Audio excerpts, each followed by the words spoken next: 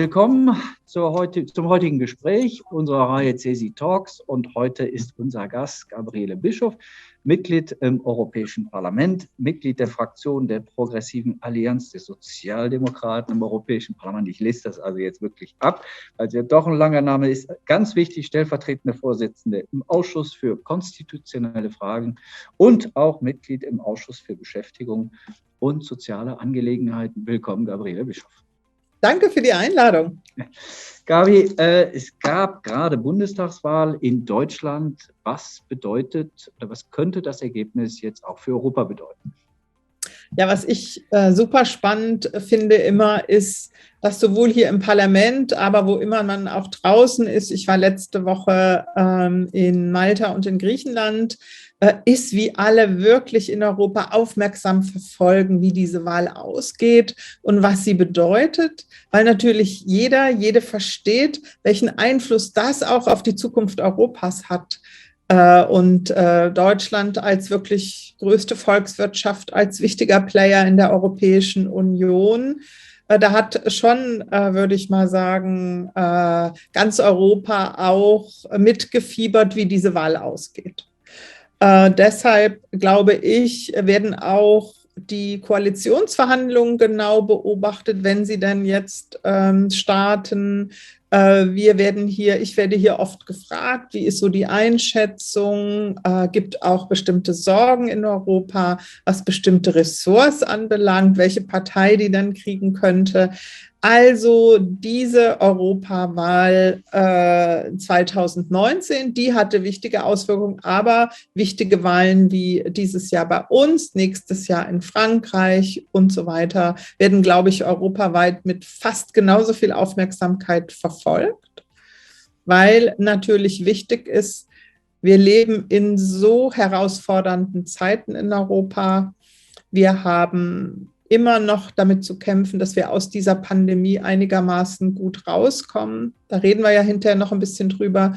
Wir haben wirklich enorme Transformationen zu bewältigen. Also mit dem Green Deal auf der einen Seite, mit der Digitalisierung, von denen wirklich Millionen Arbeitsplätze betroffen sind in ganz Europa. Also man geht davon aus, mit auch indirekten Effekten von Green Deal, dass wir allein 1,5 Millionen Menschen haben, die davon direkt betroffen sein werden. Da ist es natürlich wichtig, wie Europa sich dann als Ganzes, wie der Rat sich da aufstellt. Und eben so ein wichtiger Player hat da für die Ausrichtung natürlich auch eine besondere Rolle.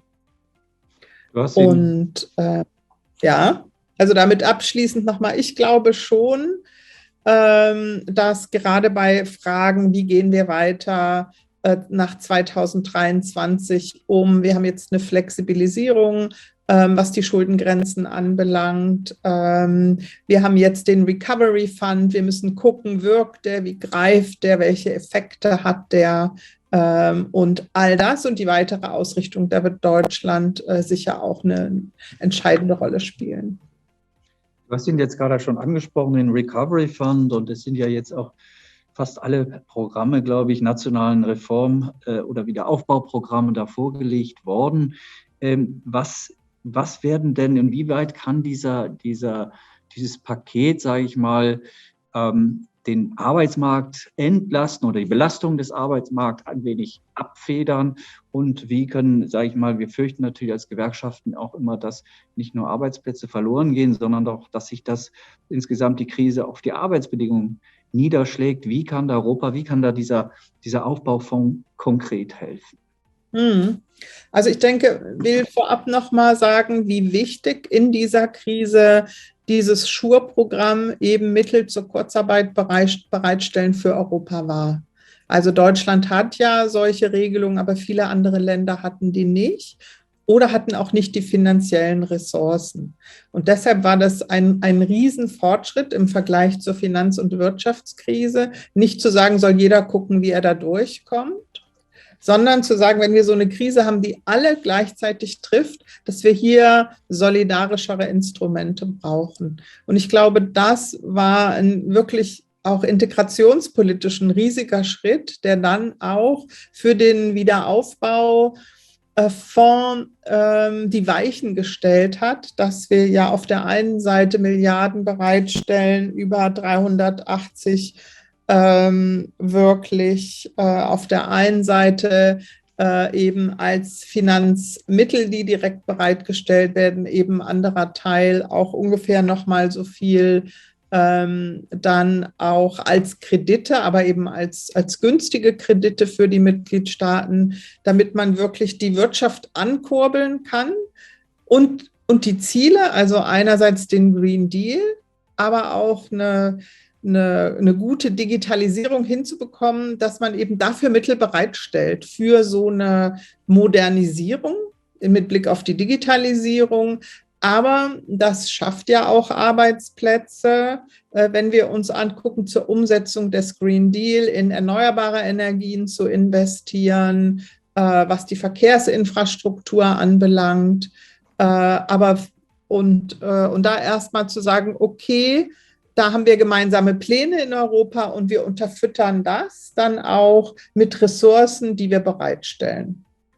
Die wichtige Frage, die du nochmal gestellt hast, ist da ausreichend berücksichtigt, dass wenn wir viele Arbeitsplätze auch verlieren werden, in bestimmten Branchen und Regionen wird es der Fall sein, wenn man sich das anguckt, also nicht nur im Bereich von Kohle, Deutschland als ein Land, wo die Automobilindustrie sehr stark ist und Zulieferer, auch da wird es Arbeitsplatzverluste geben.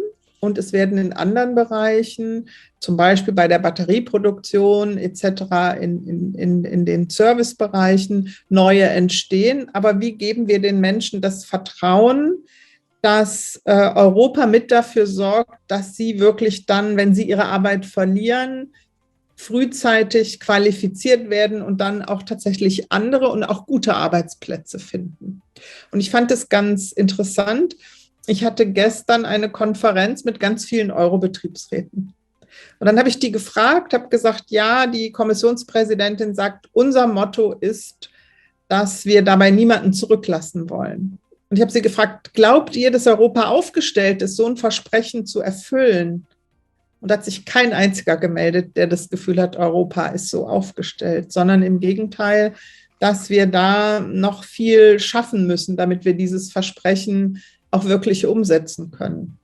Und deshalb ist für mich so wichtig, dass wir nochmal die Beschäftigungspolitik wieder in den Blick nehmen, auch die Qualifizierungspolitik, um zu sagen, wir haben wirklich vorausschauende Konzepte. Wir warten auch nicht, bis die Leute arbeitslos geworden sind, sondern in bestimmten Sektoren wissen wir, was da passiert und dass wir wirklich auch vorausschauend die Menschen qualifizieren und dass wir dafür eben auch entsprechende Mittel bereitstellen auf europäischer Ebene. Und das haben wir noch nicht, ne? Da müssen wir wirklich noch nachlegen und gucken, dass das passiert und dass auch in den nationalen Plänen, die ja die Mitgliedstaaten bereitstellen müssen, auch mit Blick diese Gelder zu bekommen, dass man da auch wirklich prüft und guckt, ist es da ausreichend berücksichtigt oder nicht.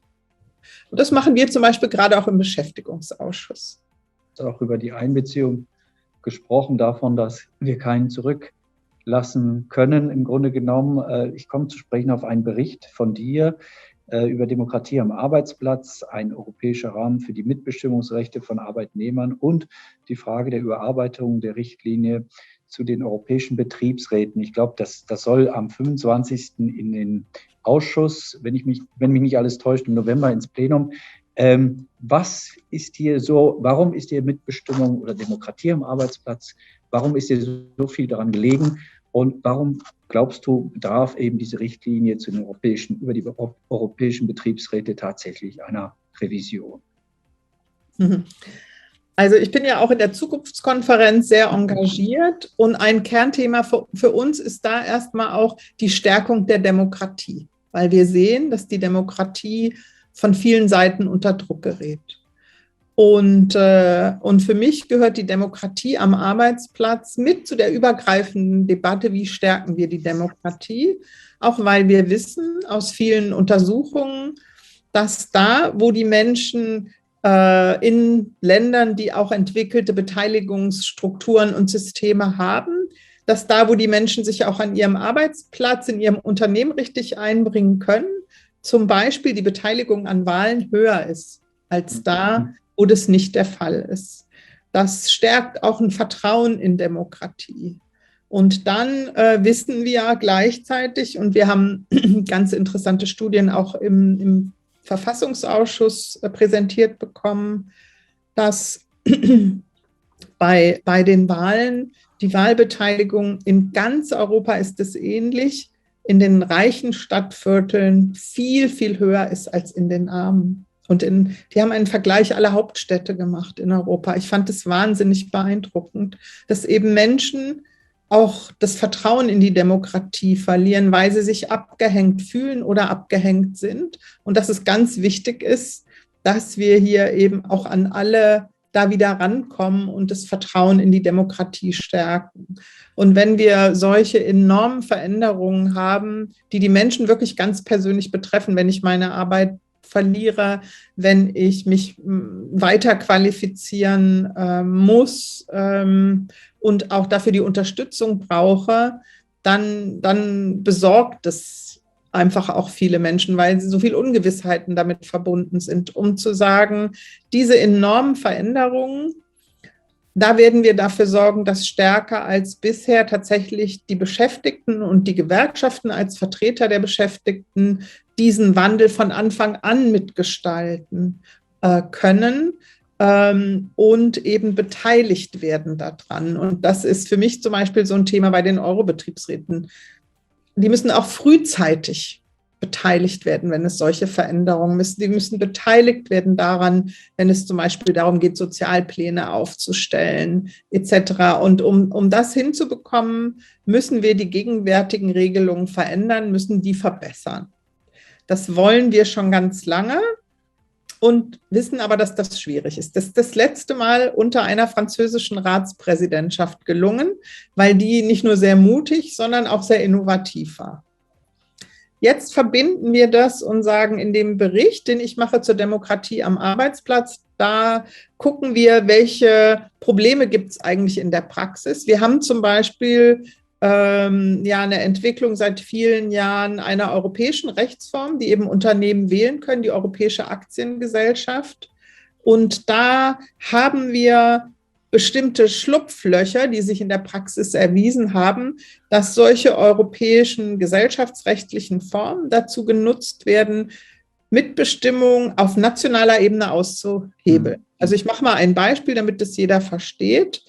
Wir haben da eine Regelung, die heißt Vorher-Nachher-Prinzip. Das heißt, dass ich bestimmte Beteiligungsrechte an die Größe geknüpft habe.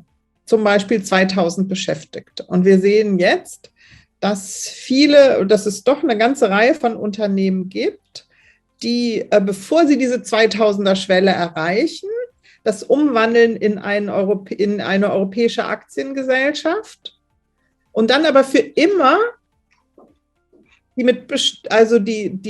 selbst wenn das Unternehmen ganz groß wird, bleibt dieser Stand von vor 2000 Beschäftigten. Also wird es quasi eingefroren.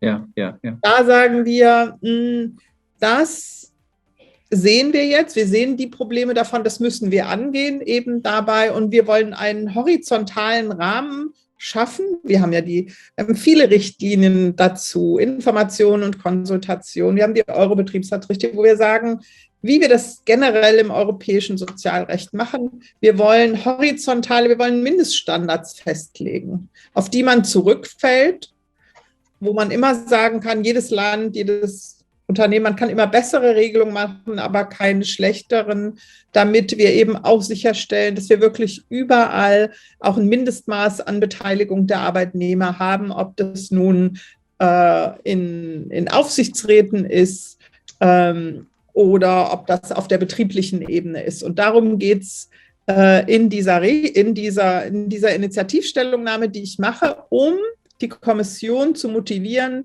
dann dazu auch einen Vorschlag vorzulegen.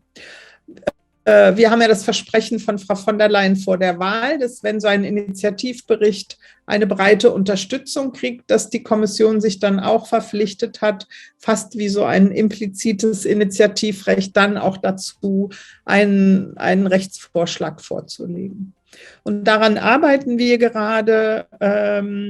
Ich habe nachher wieder meine Schattenberichterstatter zusammen. Also das wird im November im Ausschuss sein und dann hoffentlich im Dezember im Plenum, wenn wir hier vorankommen.